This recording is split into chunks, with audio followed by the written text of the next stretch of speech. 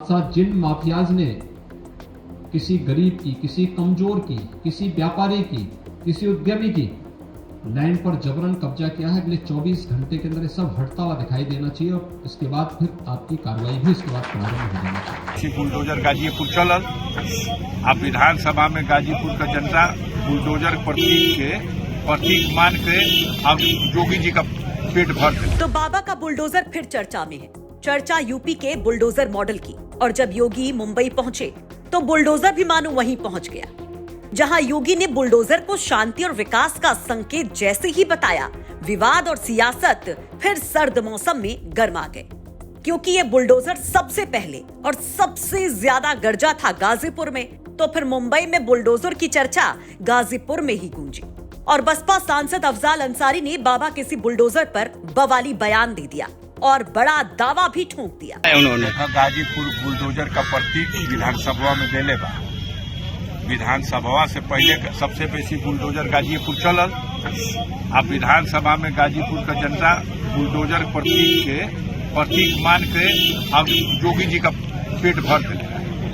आ लोकसभा जना बता तो ये अगलो बगल में चाहे चंदौली, चाहे सोनभद्र, चाहे भदोही, चाहे मछली शहर और जो बच गई थी सीट बलिया, सलेमपुर, अब यो सीट बचाना तो बहुत बड़ी बात है। तो अफजाल अंसारी कहते हैं कि बुलडोजर नीति का जवाब गाजीपुर की जनता ने 2022 के विधानसभा चुनाव में दिया है। अब बारी 2024 की है।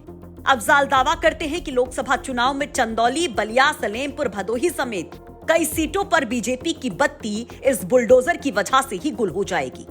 वहीं अफजाल सीएम योगी के निवेश के लिए किए गए मुंबई दौरे पर तंज भी कसते हैं और सीएम योगी के साथ साथ पीएम मोदी को भी लपेट लेते हैं। बम्बई तो बम्बई है और फिल्म जगत के लिए पहचानी जाती है, तो वहाँ रोड शो होता रहता है। अब पता नहीं ये रोड शो किस मकसद और किस उद्देश्य से है।